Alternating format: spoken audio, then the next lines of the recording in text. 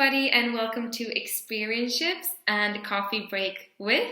My name is Cecilia, and I'm so excited about today's guest.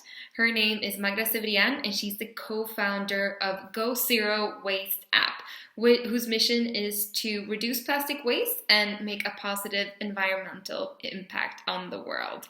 So if you're looking to start an app or start a business and you want to do it with a mindset of circular economy or to make a positive impact on the planet, then this is the coffee break for you. So stay tuned, and Magda will join us in a second. Hello, Magda. Hi everyone. How are you doing today? I'm great, thanks. Yeah, good, great. So if you don't mind us starting, explain a little bit who you are and what it is that you do. Okay, my name is Magda. I come from Barcelona. I studied journalism and digital marketing. And about a year ago, a little bit more, I co-founded a company called Go Zero Waste. And this company was mainly created at the beginning to build an app that has the same name, Go Zero Waste app. And the purpose of this app is to facilitate the zero waste lifestyle or a less plastified shopping, let's say. And the idea came from our personal experience as consumers. We tried to reduce the amount of plastic we used when going shopping, and by doing this we just realized that if you really try to go plastic free 100%, sometimes it's difficult to find everything you need in an alternative format that comes unpackaged or in bulk or in any other ways that avoids plastic. And we just thought that more and more people will find themselves in the same situation. We thought that maybe we could create an app, not only to locate all the places where you can buy products with alternative formats, but also promote sustainable habits. And why not using our iPhone or our phones? Mostly everyone has a smartphone today, so we thought that could be the good channel to do it. So we started this adventure, and now this app is a reality. While we record this, it's only available for Spain, but hopefully soon it will be available worldwide. Yeah, and you can always go to the website to learn more and read about it in English, right? Mm-hmm. Yeah. I think it's such a great purpose, and I've been in love with the idea since I heard about it about a year ago. Thank you. Yeah, it's really cool, and I am so impressed that you're going after what you believe in. So I think that's kudos to you. But also, the first thought that I think about when it comes to building an app as a startup is that it's a bit expensive, isn't it? Or is it can you do it in an affordable way? If you had asked me at the beginning of it, I didn't have a clue about costs or how much time it would take to build it. It was just an idea.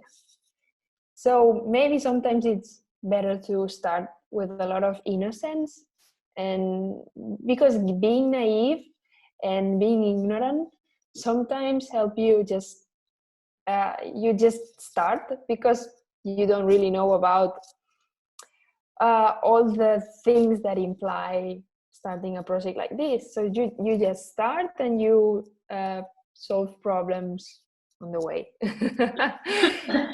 So yes, as far as I know, building an app can be very expensive, especially if you code from zero.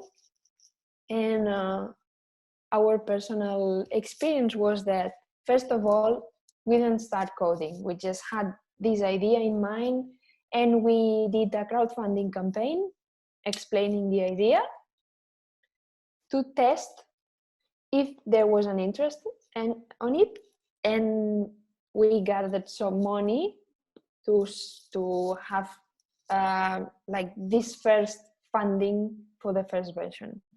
We gathered around 12,000 euros. Wow. But we put like a quarter of it from our pockets.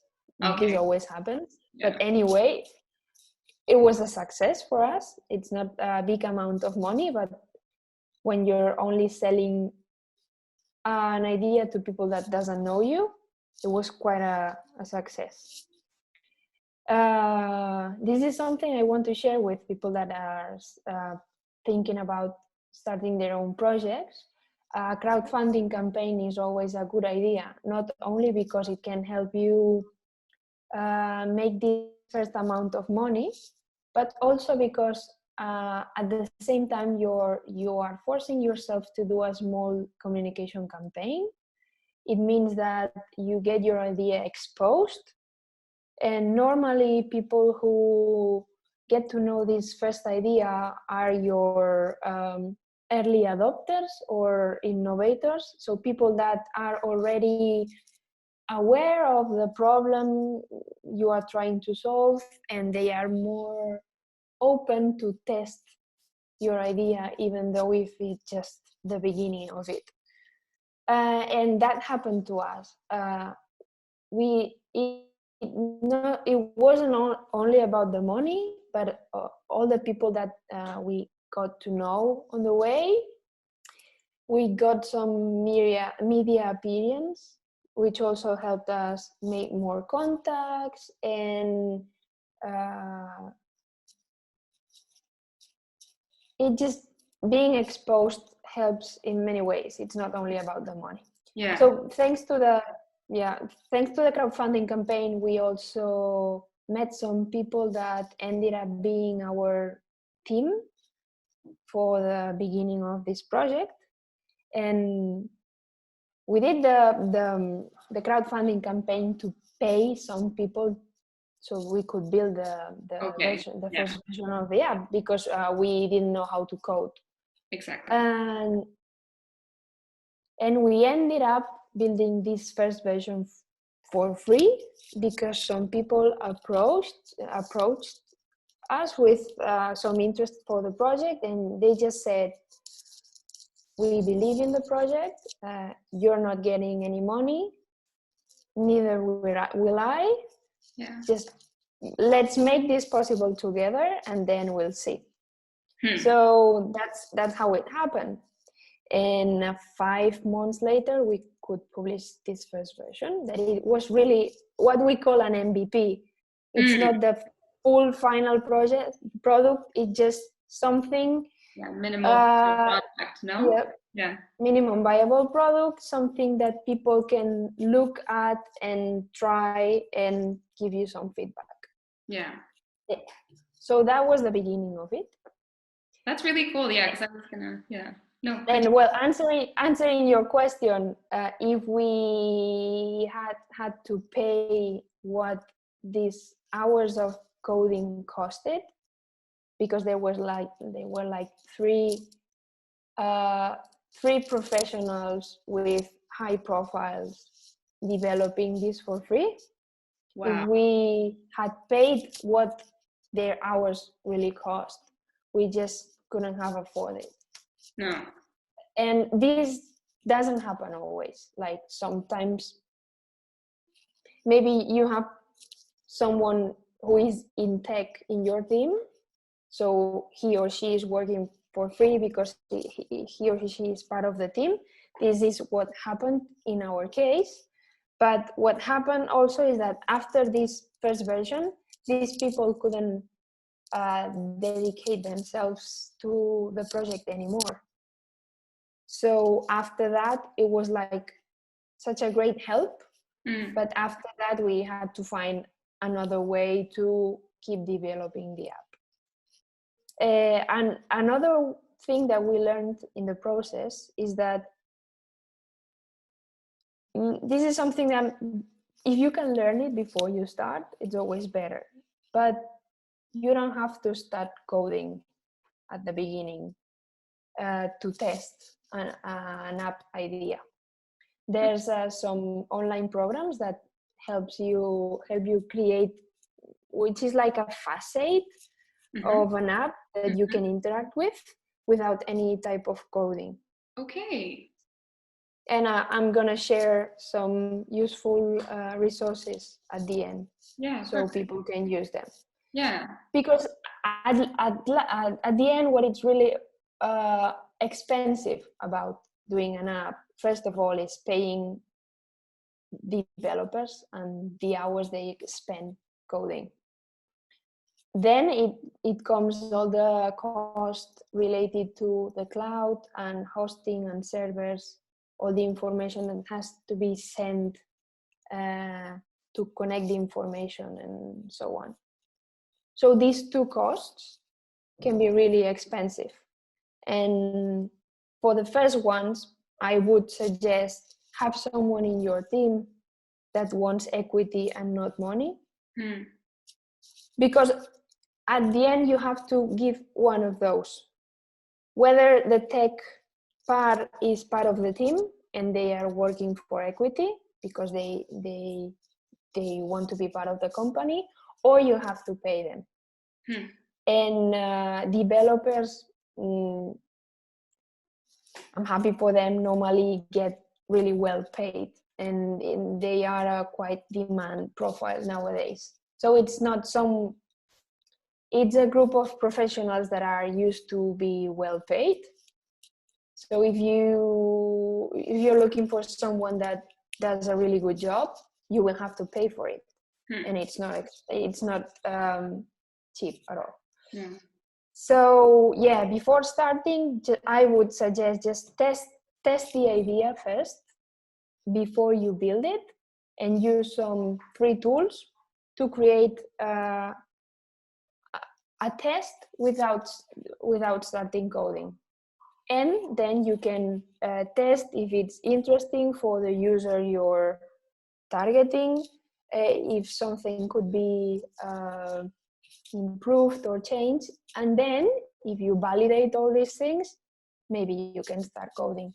But don't start coding first, because it can be a waste of time and money. That's my suggestion. We can learn from your experience. Yeah, sure. Yeah, it's really cool. Yeah, thank you for those tips. But how has your journey been? Because you started like a year ago. How has your journey been? Has it been like a straight line, or has it been going up and down? No. So the idea really came more than a year and a half ago, when we were going shopping with my partner and going through this consumer journey, trying to reduce plastic in our daily shopping. Yeah. From that, we decided to try with crowdfunding, and while doing this, we had our jobs. And after 5 months, at some point, we decided that we had to quit our jobs and dedicate full time to the project. Yeah. Because this is something that many investors and people will ask you from the beginning. Are you working full time on your project, or is it something that you have as a second project, side project, or hobby? Because this can really make a difference. It is not this. I mean, maybe you're like super productive and organized, and you can work on 3 projects at the same time. Most of us This is not my case. No. But it is true that if you can, sometimes this is like luxury, because we haven't had a salary for a year, and this is not something that everybody can do. Let's be realistic. Yeah. So for us, we had savings. It was the time for us to try and risk a little bit, and we didn't have a lot of expenses coming. So yeah, it was just the right time for us. But I would say that another advice would be, think about your income in the mid and long term, because it would be a pity that you start this and you have to stop at some point because you need to eat and pay the rent. Yeah. So I would say, are you able to stop making a salary for a year, for example, or do you have any other revenue stream that allows you to pay the rent and buy food during this personal journey? This is something that you really should be asking yourself at the beginning, because one of the things I have learned is that there are three main reasons why projects or companies don't go all the way and succeed. Okay. And these three main reasons are running out of money, not having a good relationship between partners, Okay. like team issues, Yeah. and the last one is not having a really good business model, because maybe you have your great idea, but you haven't validated if there's some real customers that are willing to pay or exchange some kind of value for it. Yeah. So good team, money to go on, and then a business model. Yeah. Especially if you're a company, maybe then, I don't know, maybe you are an NGO, or there's many ways to fund your project, but For sure. But just secure the talking money. about business. Yeah. Yeah. So for us, it's been like a year without salary, but we could afford it. And this has allowed ourselves to focus 100% on it. This means that you wake up in the morning and you're thinking about this, and you go to sleep at night and you keep thinking about this. And like keeping this mood and this focus on mind all the time, it's great for the project, and it helps you advance a Yeah. lot. Yeah, definitely. And it takes some passion as well, Mm-hmm. and a lot of hours, Yeah, I can imagine. then yeah, that's a good point. It's very different if you start a project because you're passionate about it, or only because, or maybe you just see a good business opportunity behind it. Once I talked to an investor, and he said that some investors prefer to invest in companies that have founders with a really clear vision and passion for the project, rather than someone who just joined because of the business potential of it. Yeah. Because if you only join a project because you see like a good business opportunity behind, when problems come, you will be more likely to give up. But if it's, like your baby, and surely problems will come, Yeah. but if you're in love with your project, it is more likely that you will find a way to solve these problems. So in these terms, it's less risky to invest in someone's passion. It's not 100% sure, but it's something that some investors value when they check on a project. Oh, that's really cool advice. And good to know for anybody looking for investment. That it's Yeah, I'm not saying that all about all investors do it, but I think it's something that experienced investors can see yeah, when they hear a pitch, for example. yeah, If it gives you this sense of passion and purpose and vision. yeah, yeah. That's really good. Really cool advice. So moving away a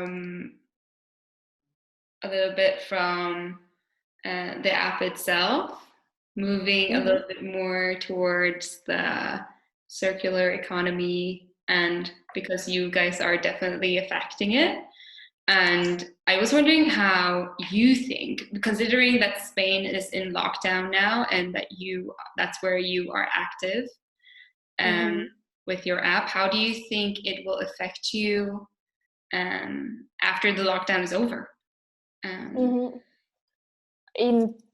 In a few ways. Uh, of course, there's a lot of uncertainty for everybody, and while we're talking, it is. I think we're gonna be locked for another month.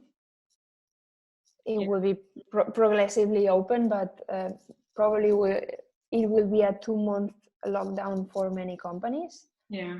And luckily, we can still work from home, but we work hand in hand with especially local businesses and small companies, and many of them are already suffering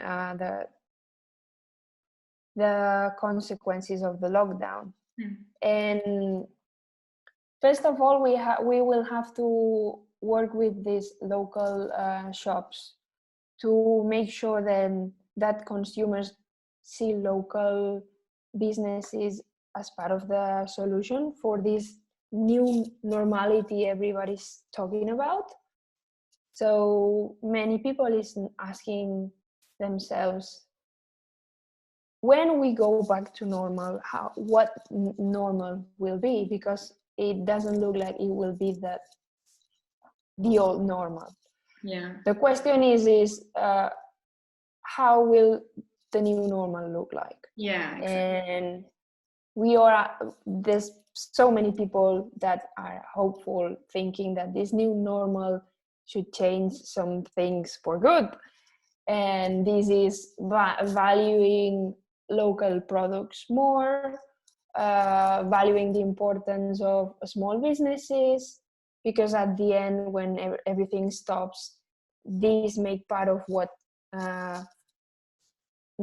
holds society together. Basically food and basic stuff. Also doctors and nurses, but this is another thing. Investment on public health. So one of the challenges is value the importance of this local supply chain, and I am hopeful about this. Another thing is that being locked down for so many days, people will have had the chance to adopt new habits, good and bad habits, because it is said that we only need 21 days to create a new habit.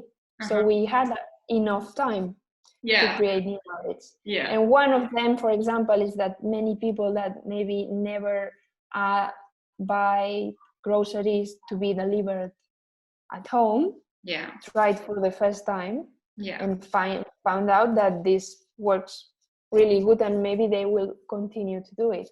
And the question is, sorry? Would that be a business opportunity for you? It could be, because part of our goal is to help small businesses digitalize their activities, because if they don't, if they are not competitive in these terms, like big supermarket chains are already ready for this kind of shopping habits, and we are trying to gather information to see how we can help these small businesses be competitive in this new scenario. And also, for example, many people have turned into local vegetable and fruit producers to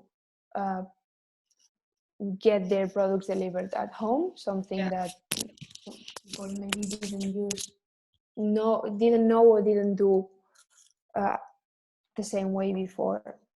And this is one of the two things we want to work on. Shorter supply chain and working, like digitalizing. Mm-hmm. Yeah, and that is something that will affect the planet in a positive way, or continue to affect the planet in a positive way, I'd say. Yeah. Yeah, that's really cool, and that you're on that journey to keep on helping. Well, hopefully, luckily in Barcelona, there's a lot of projects working with that in mind, and there's quite a big network of companies and entrepreneurs sharing this same vision. That's a good point, also, that we can collaborate. Yeah, because what is it? You have like 800 partners, or what did I see on the website right now? I know we have around, nowadays we have maybe around 1,000 shops and services that can appear in the app. That's what you can see in the website. Yeah. And apart from that, we have been collaborating with local projects here and there to try to build synergies. Yeah, that's really cool. And you're not only active in Barcelona, you're active in other cities around Spain as well? We're active all around Spain, but Yeah. we're stronger in Barcelona because this is where we started. Yeah.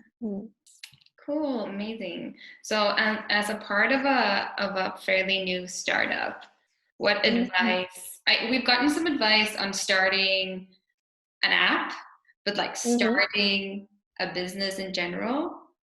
I would remember that it is very important to feel economically secure. Yeah. So this does not become the reason why you didn't go on with your vision. Yeah. This may sound like not as important as other stuff, but it is really important. And also pick up a good team. It doesn't have to be maybe the most experienced people, but someone that really shares your vision, because you can have surprises with this, because maybe you know someone that is really good, but then you start working with him or with her 8 hours a day, and you find out that it's not the same being a friend and being partners. This is not something that recruiting is still something really difficult, because finding the appropriate team is really a challenge even for the biggest companies. So even though this is something that you cannot do well or 100% well at the beginning, be really picky with the things with your travel companions. This is something very important. And then even if you have money, don't start spending money at the beginning. First, use all the free tools available, and then there's so many. Yeah. Luckily for us nowadays, there's a tool for everything, and most of them have their premium version, so you can start from nothing. Just open a Google account and use some free tools, and then it will come a time where you can start investing in marketing or in sales or in coding.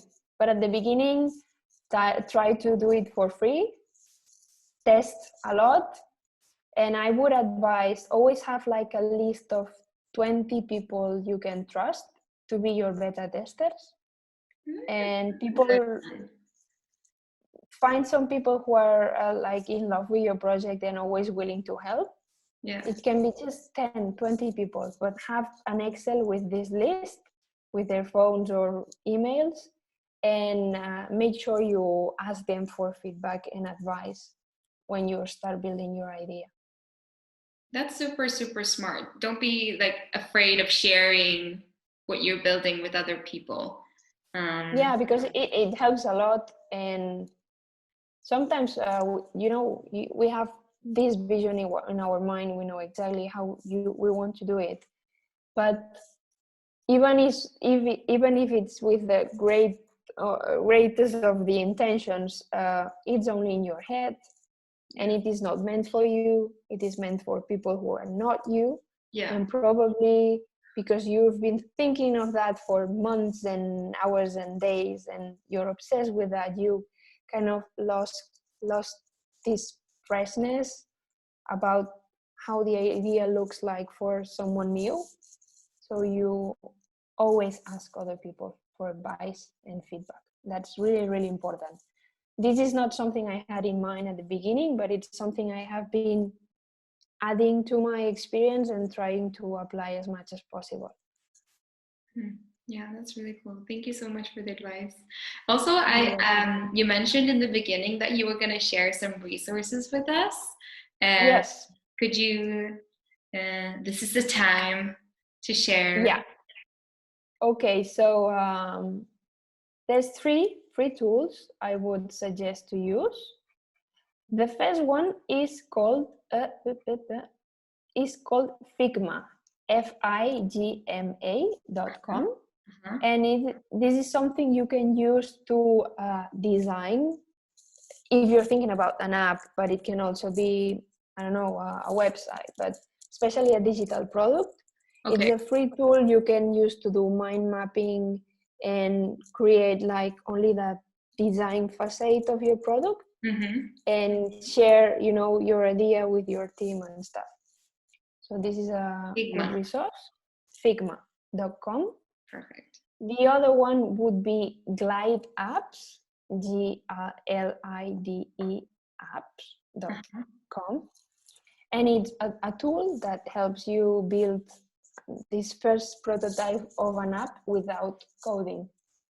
Okay, so it goes a little bit deeper than Figma. So the first one is more like for my map of contents. Okay. And this one could help you like interact a little bit and, put some buttons with links and get to test a little bit how it would be like. And I know that this resource is used to create like some sort of web apps, something that it looks like an app, but it's more like a website. So I would definitely check this one. And then the third one is following the feedback advice. So if you want to gather feedback from people, you have to create forms.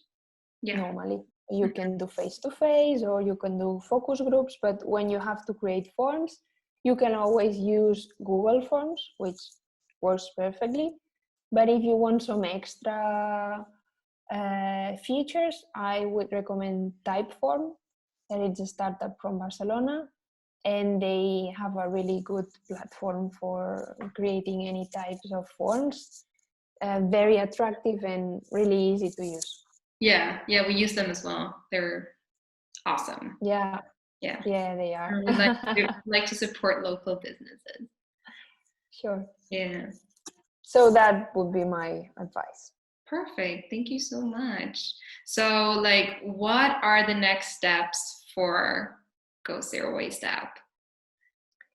So while we're talking in the middle of the lockdown in Spain, we had used this time, as the Chinese say, crisis can mean opportunity as well.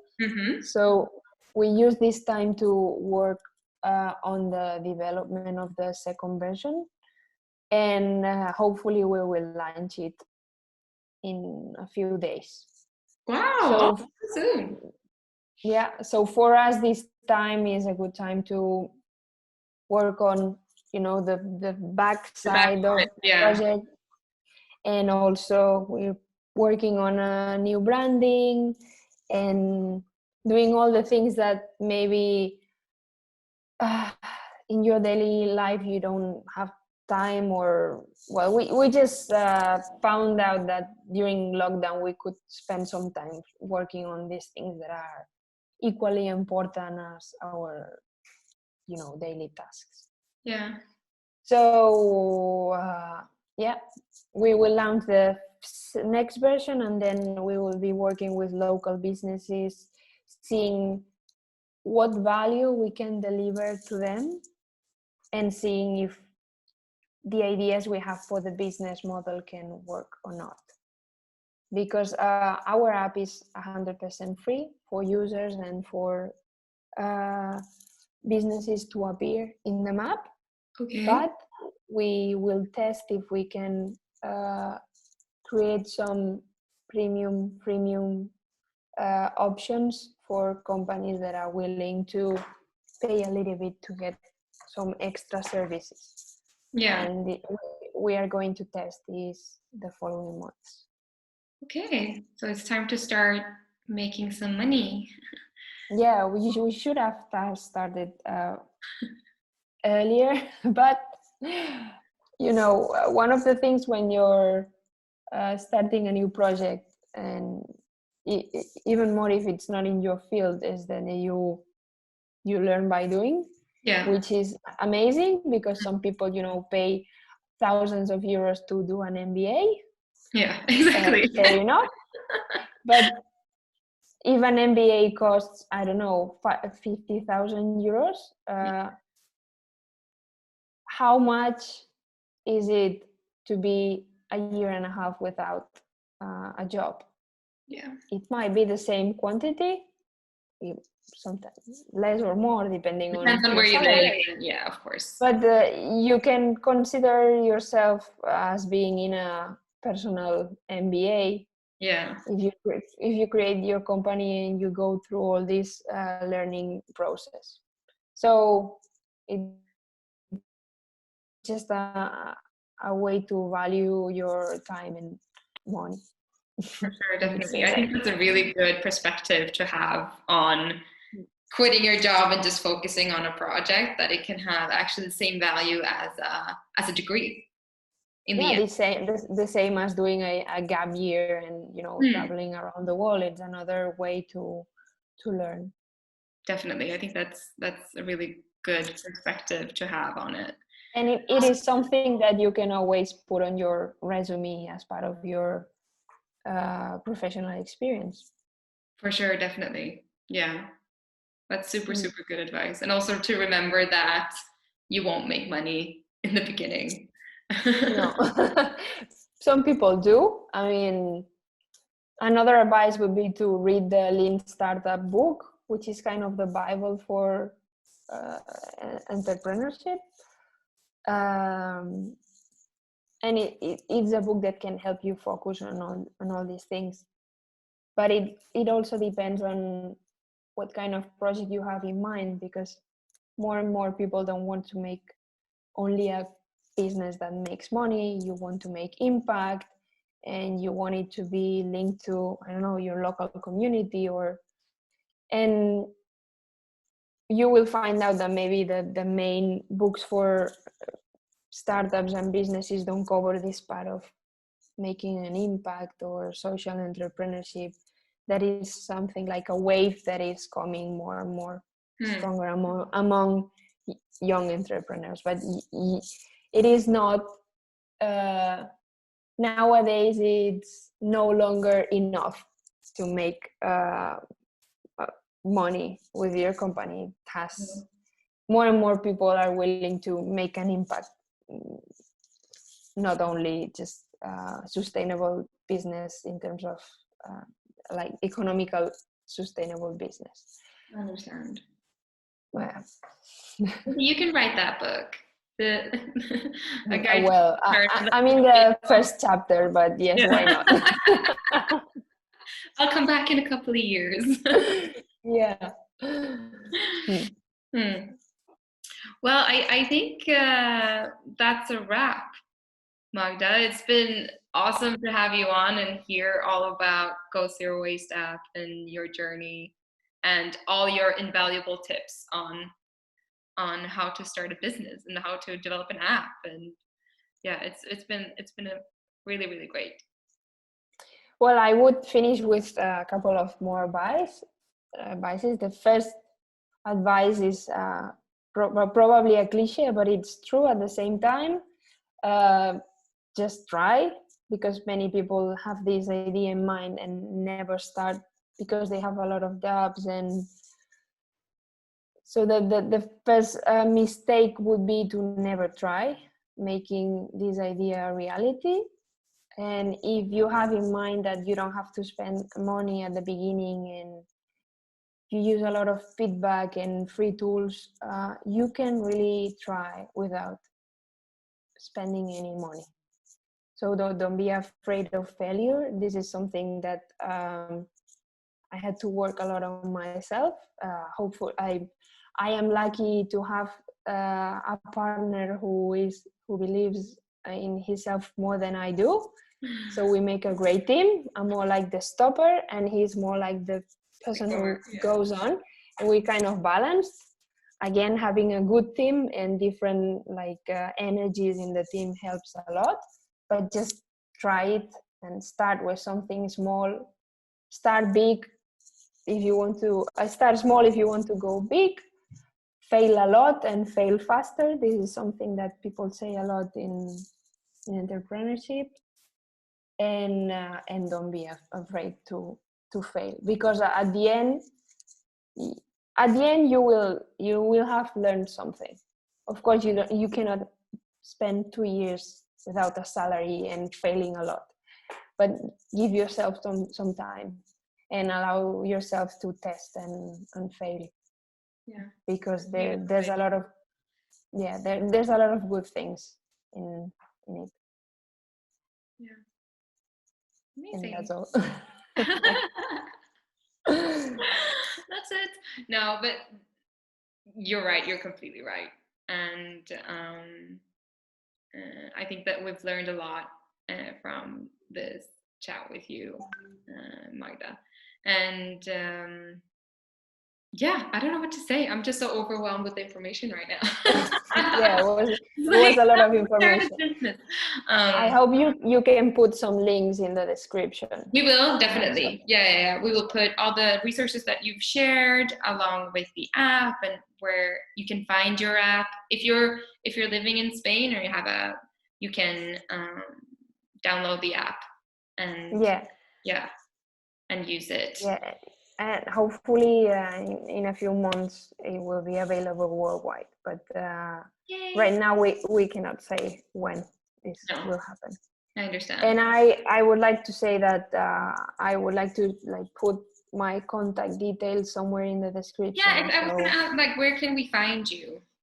Maybe LinkedIn could be a good option. I am always available there, and just people who listen to this, just don't hesitate to contact me. If I can be useful in some ways, I will be more than happy. I'm sure. Definitely.